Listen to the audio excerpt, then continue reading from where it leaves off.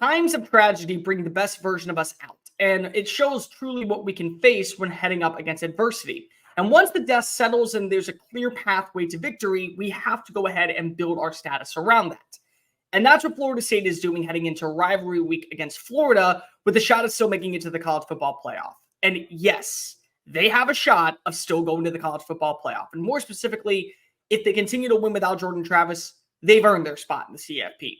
If you are new here, welcome into the channel. My name is Cole Thompson. I'm a radio show host based in Houston, and I talk college football daily. So if this is the type of content you enjoy, my friends, this right here is the channel made for you. Make sure you smash that subscribe button down below. Leave a comment telling me your thoughts on Jordan Travis's injury, the status of Florida State moving into week 13, where they stand among the college football playoff polls, and of course, tell your friends, your family, your sister, your brother, your mortal enemies, your best of bros, your entire church congregation, and a bunch of drunk, passed out dudes in a Publix parking lot about this channel, so that way we can continue to talk about college football.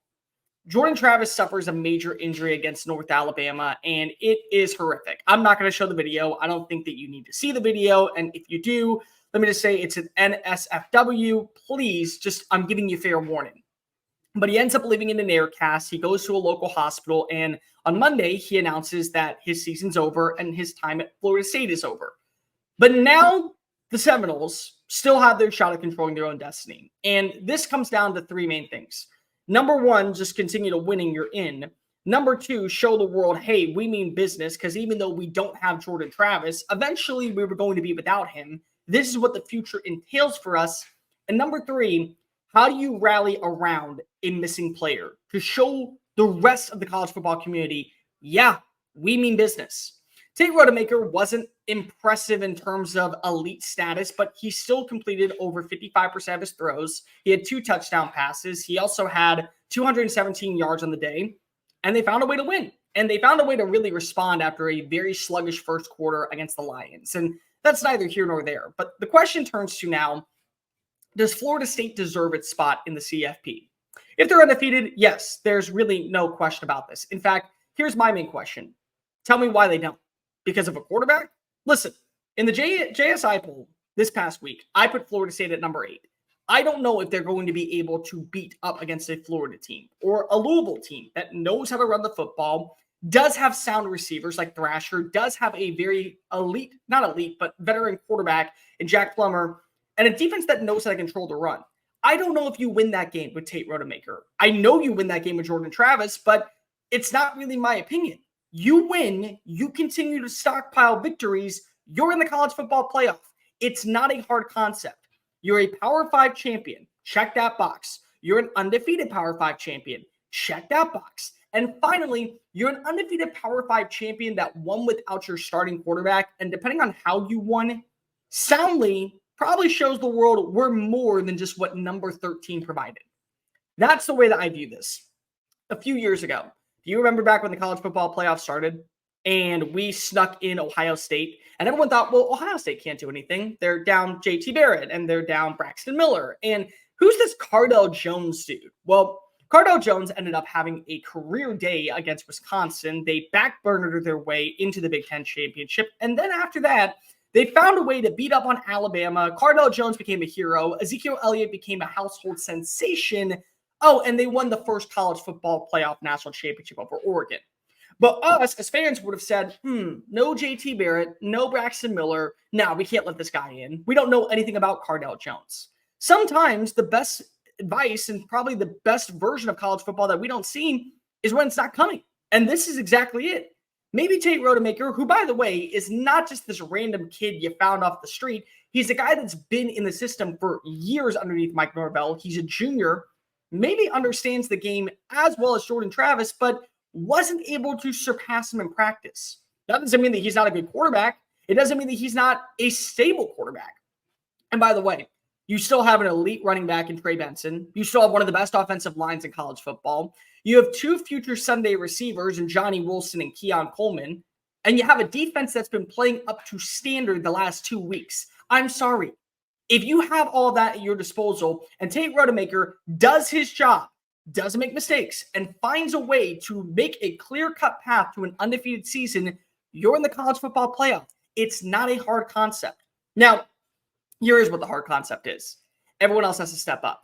If you're Alex Atkins, you're telling your offensive line, hey, listen, we know that you're doing your job. We need you to do it 10 times over.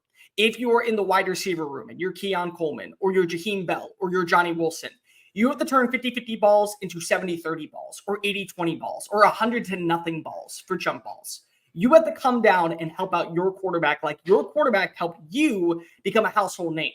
If you are Mike Norvell and you realize Rodemaker can't hit deep shots, you got to take that out of the playbook and put it to the wayside. Hey, best of luck. We'll open you up next season, but we're going to have to do what's best for our team.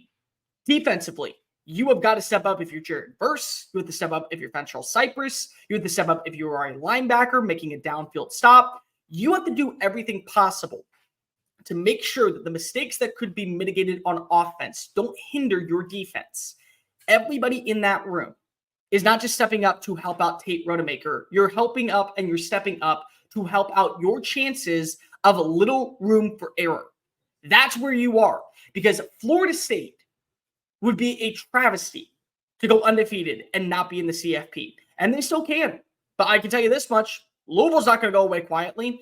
They realize chaos occurring in Charlotte does wonders for their psyche and their shot in year one underneath Jeff Brom to make it to the college football playoff. Florida, you think Florida is going to lay down and die because of, they feel bad? They may feel bad in the moment because of hell. It's college football. You watched a player who went through adversity and had to fight and claw his way up the pecking order to prove to a coaching staff as well, I mean business. I'm here to stay.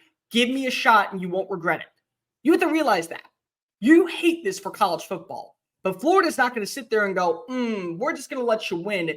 They still have a shot at making a bowl.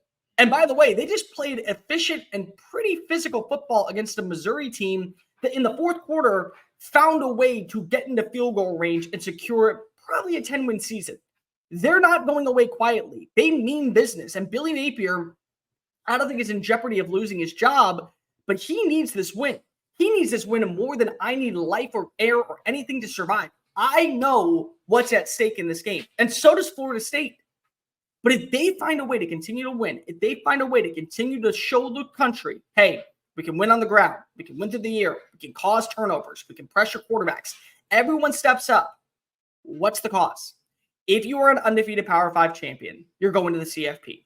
And there should be no argument about this. If we allow a team like Cincinnati to run the table and go undefeated, are we really going to let Florida State be out?